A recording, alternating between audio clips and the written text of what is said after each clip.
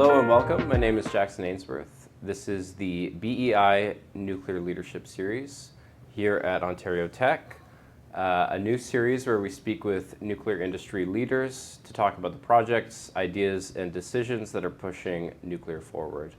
Today we have Dr. Neil Alexander, super special guest. I've worked with Neil, and today we're talking about communications because Neil has a lot of expertise on the topic. I'll read a little brief about his bio. He is right now a senior consultant with Bucephalus Consultants. He has spent decades in the nuclear industry working across nuclear services, waste management, radiopharmaceuticals, and business development both in the UK and Canada. He helped establish new business units in radiopharmaceuticals, waste management, and transport services following the privatization of the UK Atomic Energy Authority. He served as president of Montserrat Limited, a nuclear waste management company operating in Canada. And he has held senior roles with AECL, SNC-Lavalin Nuclear, and Babcock and Wilcox Canada, and also served with the Canadian Nuclear Society. More than anything, Neil is a really clear and authoritative voice on how nuclear communicates, what the opportunities, what the issues are currently with how the industry communicates. So welcome, Neil. Thank you. I'd like to start by saying, that was a great intro, but describing me as having expertise is probably going a little bit farther. I have lots of thoughts on the subject, and I've done a lot of it, but I'm not a trained professional in any way. So these are an amateur's thoughts based on a lot of experience. Well, I think Neil's being a bit humble, but we'll start here. Why don't we talk a little bit about what nuclear communication is, or maybe I think in highly technical industries, we think about engineers, we think about scientists, we think about on-the-ground research. We think less about why communications is so critical. So maybe why communications is so critical for the nuclear industry, especially in this current moment. So I'll get to why it's so critical, but I think you made a really good point there about actually it being very similar to other industries. Quite often in nuclear, we think we're out there on our own because most of our people are specialists in nuclear and they only focus on that. But when I went out to Saskatchewan to run the Fedoric Centre, I was with a group of people at the university there for which nuclear was new, but they had other great strengths, like in agriculture. And I was sitting in meetings, and they have exactly the same problems in communicating with the public that the nuclear industry has. And in fact, one of the things I was very proud of doing was led the Fedoric Centre into engagement with the social scientists there to set up a program that looked across the technical industries, and agriculture is now a technical industry, to look at their issues and then try and learn from each other so that we don't just have pods of expertise, but we're spreading. And I think that was a very successful program. But you talked there about nuclear communications, and we were talking earlier about some of the challenges that we have. And although nuclear has now been around for pretty much my entire lifetime, which is quite a long time, longer than my entire lifetime, but not much longer. But it's still considered by people to be new compared with some of the technologies that they consider to be old, like coal burning, right? Yeah. And so a lot of those technologies, they're comfortable with because we've always done it. There has always been fire, we've always burned it. And despite what we now know about the challenges that burning fossil fuels in particular creates for our environment, they're prepared to let it continue, whereas nuclear, even when we tell them about the benefits, they're uncomfortable with it because they feel it's somehow new and unnatural. And so we start from way back behind the starting line with a story to tell in order to get them to put us on an even playing field before we even start talking about the technology issues. And I think we think about the communication, but why is engaging the public so important? You hit on it a little there in terms of the perception problem. They may perceive nuclear to be new because fission is such a kind of a radical idea when you just think about splitting an atom. So why is getting the public on board so critical for nuclear? So we're in a really interesting space. I think for the first time in my lifetime, the public is actually on our side. And so they've done a flip for a variety of reasons. The climate change issue is one of them. I think that they've then seen the challenges of the alternative technologies. So we've seen significant blackouts arising in places that have depended too heavily on the unreliable renewables like wind and solar. And we've seen supply chain issues that have come up recently. So the public has flipped and they're on our side. But I think one of the things I've learned is how fickle the public are. Yeah. So if I wind back to just over 10 years ago when I was running the organisation of Can-Do Industries, it was the Green Energy Act. Wind and solar could do no wrong.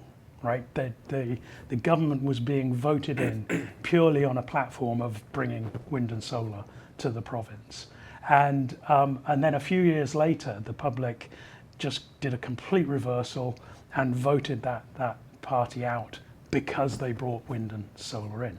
So I think there's a story there because wind and solar didn't bother to communicate about their issues when they had the public's attention. And then when things went wrong, they completely lost the public. And I think nuclear has the same potential challenge. I'm not saying that's what's going to happen, but we have the public's ear, and we could be explaining to them why it's important and not relying on the fact that they've just done this flip for whatever reason. I don't think we've ever established, what the true reasons for that are. So now is a great opportunity for us to get out there and to tell the whole story in an honest way, so that if anything happens, we've built a platform that will secure us for the long-term future. And I think that's important for environmental reasons. Like I got into nuclear because I could see the benefits for the environment. I think it's really important for the environment, and it would be an absolute tragedy for the world if we do not manage this renaissance successfully. That's a good point. So we have the public's attention right now. Let's talk about the opportunities and the challenges. And I think it's really hard to be honest about your challenges when you have so much momentum. It's almost counterintuitive. So right now we're in a situation where we have new technology. We have small modular reactors. We are, thinking about enrichment in Canada, but we also have a fleet of Can-Do, which has been really reliable. So should we focus on the technology and the technological change, or maybe new technology, or should we be honest about what people are actually encountering as maybe, a barrier for them, such as nuclear waste? Where do you think the opportunities lie? Where do you think the challenges lie? So I am very keen on winding things right back to the beginning and getting people to develop an understanding. So talked earlier on about, people perceive us as being new, and then they have this fear of radiation that they don't really understand.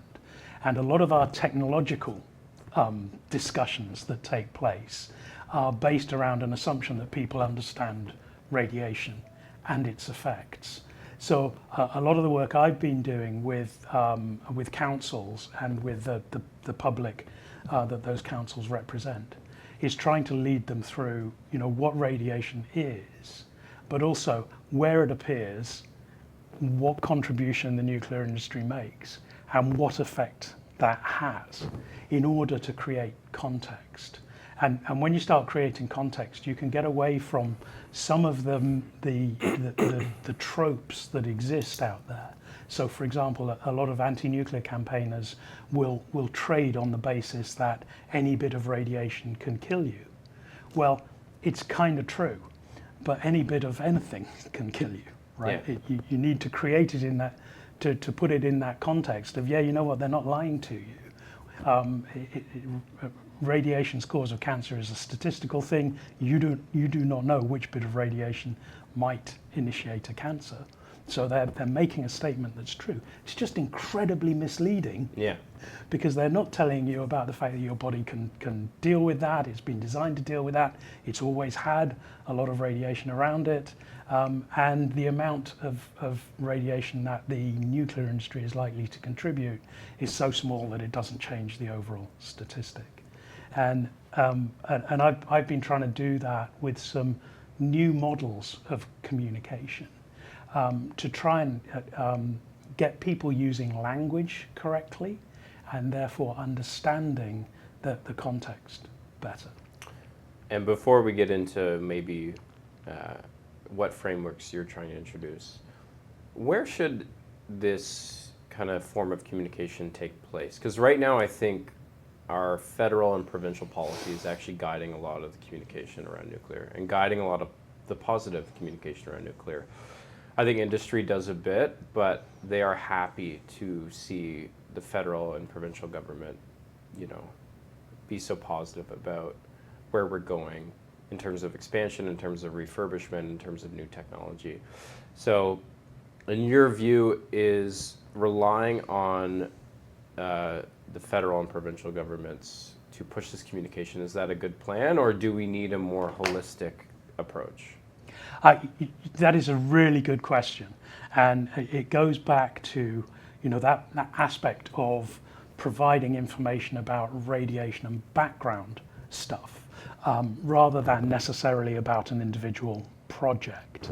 And it's not clear who pays for that, right? And we get into this very challenging circumstance where at the moment the only person that's actually paying for informing people about nuclear are project proponents, and they turn up at an event or they make some statement, and immediately the public polarizes either for or against the project, and they do that on the basis of the understanding that they presently have.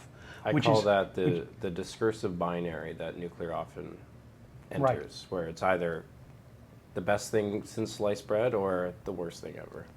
Exactly, and my sort of addition to that is that in most cases neither are right. Yeah. They've made their decisions based on wrong information, and therefore we're not getting good decision making. Whether it's for or against, they're not using a balanced review of the information to make that decision. And I think it would be very helpful if we could get that to happen. And I was doing some work with a council recently, and I became aware of just what a challenge it is for them when somebody turns up with a project, because now they've got a whole load of costs to educate their people and prepare for the project that nobody is paying for.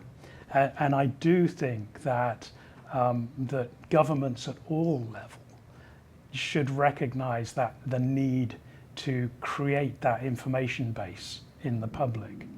Presently, as you point out, the government has done, both our provincial government and our federal government, done a really good job of making the positive case for nuclear, and that has been undoubtedly extremely important in taking the public with them.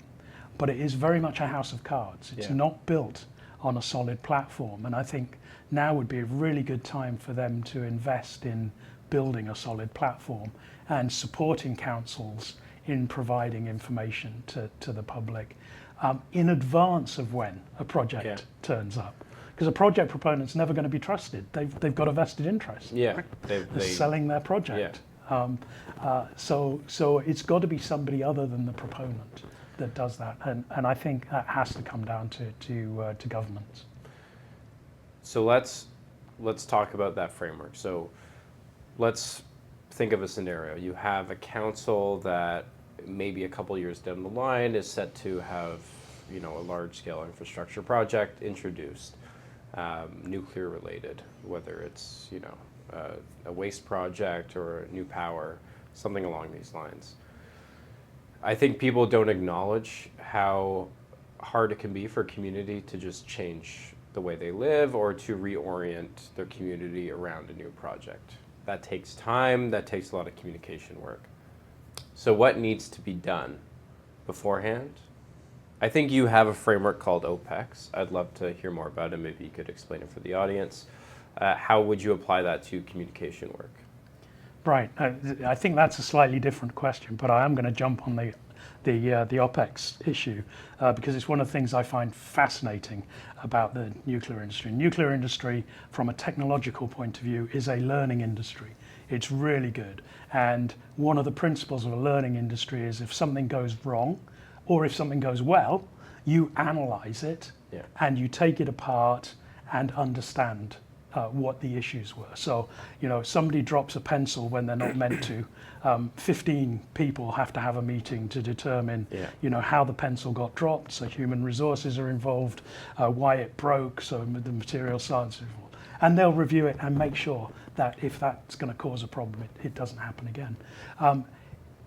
In terms of communications, the nuclear industry doesn't seem to do that. It might be doing that and have completely excluded me from it, but it doesn't seem to do that. And in fact, if you start raising issues and saying, I think we may have got that wrong, then you will be punished for it. And that is extremely unhelpful. As an industry, we've got to stop doing that. We need to start sitting down and saying, we said this, what effect did it have on the public? Yeah. And go and getting alternative views rather than the historic position the nuclear industry has always been in, because that's the only way we're going to improve. So I've got lots of ideas. I don't know whether they're right. I would love to put them into a framework where we assess them. What I do know is what we often do at the moment is wrong, and it has a negative effect on the public rather than a positive one. Yes, and it's interesting. I was reading a Wall Street Journal article recently about how increasingly C-suites and Fortune 500 companies are being populated with communications professionals. And the argument was that companies are starting to recognize that reputation can almost be more important than operation, where the way you go into something, the way you communicate something is as important as the actual operation. And talking about my own experience, I did my PhD and I distinctly created a project around nuclear energy communication because there's no formal training to be a communications professional in a highly technical industry. So is that something that we should be pursuing? Should we encourage more people, especially communications people, to think about highly technical industries like agriculture, like nuclear? I think you said some very interesting things in there, and I'd like to pick up on something earlier on in what you said in terms of who's populating the offices and why. I think one of the challenges that high-tech industries have had is that they are populated by people that have a high-tech background. Yeah. And because they're successful, they believe that they can do communications, right? Which is a natural thing to do, right? They've never failed in anything, so they assume they can do. And they understand it, so they think everyone else will understand it the same way I've come to understand it. Exactly. And so they explain it the way they understand it from their position in the world. And the public is now, it acts in a way that it didn't used to. Just used to trust businesses to get on with it. That trust in business has declined very rapidly over the last few decades. And those industries are now going, oh, hang on, maybe there are some things I don't know. Yeah. And talking about my technology in a way I understand may not be helpful to the public. So I think that's why we're starting to see people as communicators turning up in those meetings. Now we've got to start listening to them. Yeah. Because I've regularly been in meetings in the nuclear industry where I have tried to say, hang on, you have just portrayed that from your perspective. I don't think that the public is hearing what you think you said. Yeah. And then they say, oh yeah, no, we're right. And I'm going, I don't think you are. And history has proved that they weren't. So. We should go back to the idea of OPEX. I spell it out a little more clearly. What is it, and how would you apply it to a communications framework? I think we maybe kind of skirted over it a bit, but I really want to nail down, like, for people who don't know what it means. Right. So it stands for operational experience, and it's really the principles of a learning industry where you have openness about things that happen, that it allows people to discuss the issues, Yeah. so that you can be continuously improving the outcome. So as I said, it's done technically all of the time, and it's a really important principle for the industry.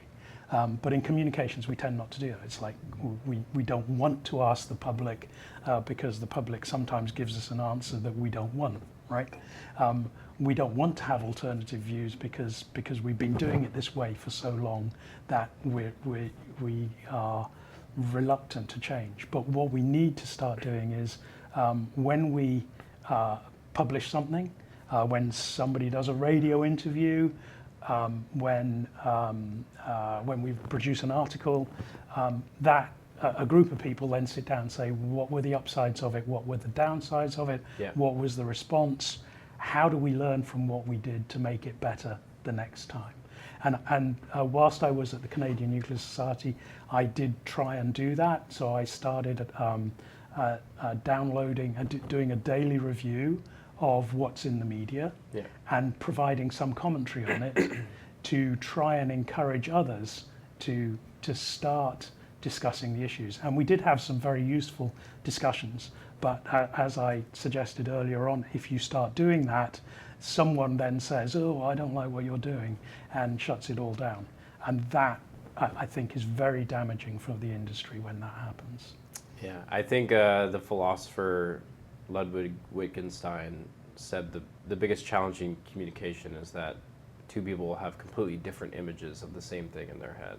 Like, at a very basic level, this is the challenge that I think sounds quite obvious, but people, when they get caught up in their own work, they forget that somebody will have a completely different image of the same issue in their head. And you've triggered there an example that I've used in some of my presentations where you will hear people talking about inherently safe reactors. And an inherently safe reactor to somebody in the nuclear industry is a reactor that will, if something goes wrong, will shut itself down safely. Inherently safe to the general public means it will never cause a problem of any kind. Yeah. And that's not true. So we have communicated something that we thought was clear to us and said something completely different to the public. And it's one of the things I caution against, because that will lose us the trust that you absolutely have to have if you're going to have a successful high-tech industry nowadays. So we need to start getting language right in order that we create the right image in people's minds. That's a great way to put it. Otherwise, we are going to have problems. That's great. And I think we've covered a lot of communication. I wonder if we could talk about the environment. I know you self-describe as an environmentalist. I would myself as well. The environmental framing around nuclear has changed quite a bit. I think the discourse around climate change really bubbled up after the year 2000. I think the inconvenient truth comes to mind as like a catalyzing moment for climate change when it became kind of public discourse. Nuclear, there's no CO2 emissions from a nuclear power plant. This has always been true, but I don't think it was necessarily understood or appreciated until, the last couple decades.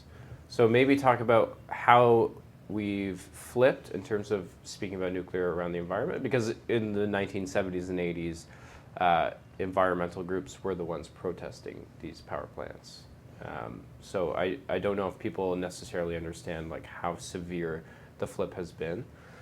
So yeah, talk about the framing of nuclear within the environment and how that's shifted, and then how we can keep the momentum going. Yeah, so I actually started engaging with nuclear not because of greenhouse gases. I think at the time that I flipped thinking that nuclear was a good environmental way forward was before those discussions were even taking place. Or if they were not being noticed by the public. And you know, one of the things that flipped me is I had been doing work on a combustion technology, and realised what was being pumped into the environment in terms of particulates and other damaging chemicals. And you look at that and go, well, it's worth avoiding that. And then climate change became an issue later on. And I think that you know, if we're going to create a solid platform, we shouldn't build it around any one particular pillar. Yeah. Because as we've talked, the public kind of changes their minds on these things Yeah. very quickly.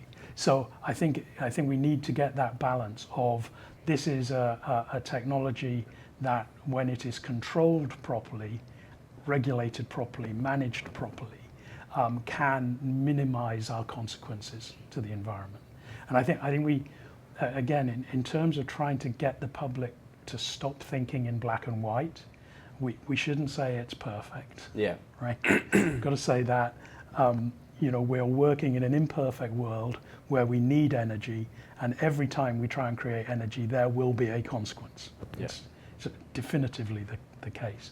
But that this minimizes the consequence, minimizes the footprint, minimizes the amount of mining because the energy is very dense, and because we are have a very limited area, it's easier for us to manage. So if you spread things out wide, they become harder to manage. So I think we have to create a platform that is not a single pillar, but is multiple pillars underneath that. And one of the other things that I think we need to add in, as well as the environment, is the security of supply. Yeah. You know, not long ago, people managed without electricity. I have no idea how they did it. Nowadays, with the dense populations that we have and the way we expect to live, if we have a blackout, people start dying very, very quickly. And we cannot accept that. Therefore, whatever we do has to be reliable. And as part of that, and I think that what has really become apparent to the world in recent years is security of supply. Yeah. So if you are reliant on coal or oil from another country and you don't get that coal and oil, you have got a real problem very, very quickly. Yes. So nuclear manages to touch on all of those aspects. It has the environmental benefits of being very compact, not having large-scale consequences when it's run properly. It gives you security of supply because you don't need a lot of fuel. You can abort it in advance, or if you're Canada, you've got access to it anyway. Yeah.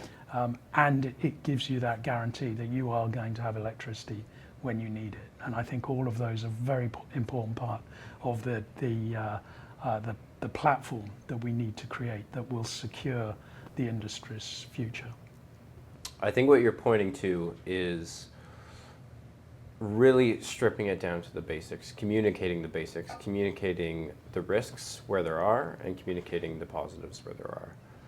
I think this is really important because it helps sell bigger projects, I think, and I think it helps sell bigger ideas. So SMRs and microreactors, let's take that example. I think a lot of individuals are saying this is good for northern communities so they don't have to rely on diesel generators. And that's been the sort of de facto communication. But if you strip that down to this is critical for reliability, this is critical for agency, this is critical for environmental protection, but also communicating where the shortfalls may be, I think that there will be a much larger appetite to actually invest time and energy and money into delivering these projects?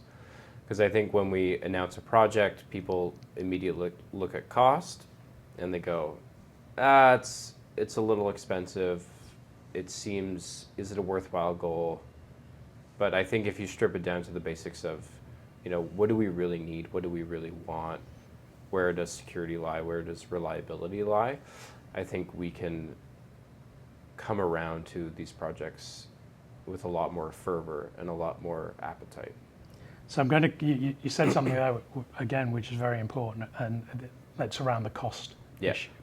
And that is something that the nuclear industry is not clearly communicating about at the moment. And I think it's something we've got to give a lot of consideration to, because that could be the Achilles heel if we do not manage it correctly. But you raised something else earlier on that I wanted to come back to, because you asked about why it's important to communicate with the public more at the moment, and then you raised SMRs and other communities. The nuclear industry in Canada and for most of the world, entrenched many decades ago, and licensed some sites and built some reactors, and then not a lot happened for a long time, and the public have changed since then. They didn't used to get involved in those sorts of issues. Yeah. They didn't express, they just let their government get on with it. That doesn't happen nowadays. So licensing sites is actually the most important issue that the technology is no longer the impasse, it's the site license. It's the site license. Yeah. And why your mention of SMRs reminded me is that in order for the SMR program to be successful, we have to build a fleet. Yeah. It is not, if we build 4 at Darlington and that's all we build, that's not enough to create a fleet in this country.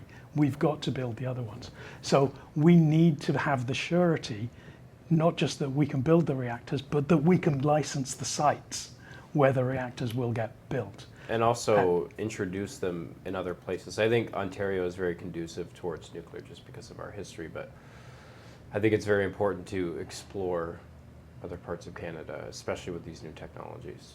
Yeah, yeah, and we have, I used to work out in Saskatchewan, and Saskatchewan is very interested in SMRs. It's following what's going on at OPG. I think that as OPG will be able to demonstrate the technology and the economics of building the technology, not operation yet, because to get that you've got to have a fleet, so we need to be able to build elsewhere. I think the Saskatchewan projects are really important because they demonstrate that we can license a site in a previously non-nuclear power. Saskatchewan's obviously very familiar with nuclear, but in a non-nuclear power jurisdiction. So I'm hoping that we start paying attention to and support it. Well, there is government support for that, but that we pay appropriate attention to learning the lessons from licensing those sites. That's great. I think we should end on this. This is kind of the last question I'd want to ask you. What was your aha moment where you kind of fell in love with nuclear energy just as a concept or as a technology? What really spurred you into this industry? What made you interested in pursuing it as a career? Yeah, so I'd love to give you a very clear answer to that one, but it didn't happen that way. Yeah. I suspect a lot of people, was working within another industry, wasn't sure it was moving forward, saw an opportunity to progress in the nuclear industry and took the job because it earned me more money, right? So that was the start. And for a while I was only involved in waste management. I was not convinced about the need for more nuclear power. Yeah. But I began to realize over a fairly significant period of time that all the fears that people had were based on fallacies. Yeah. And that the reality was that the things that had been bred into me as problems weren't real problems. And so once you put those to one side and then say, well, all the other industries have their challenges as well, how does it weigh up? Yeah. Well, the scales had completely changed. And I started looking and go, you know what, it's not as bad as people are telling you, because all of these things are not the problems that people make them out to be, but there are all these problems over there that we can solve. And so it was not an aha moment. It was many years of gaining appreciation, gaining experience, understanding the issues. And it makes sense that you would foray that into communication, because I think at the outset you identified a communication issue. What I've been communicated to about nuclear isn't necessarily what I'm seeing. So to flip that and to actually aid in the communication of the industry, I think is a really great thing to do. Yeah. Yeah, and I'm really interested in contributing. As I say, I think, you know, one of the things we've got to do is go right back to the beginning and make sure that we build a good platform of understanding so that people make the right decisions. So they can either go for or against, but they make it on the basis of a real understanding of the issues, rather than this flip-flopping that tends to take place at the moment. Well, Neil, thank you so much for coming in. That was a really Thank you. great discussion, and all the best in your future work. Thank you.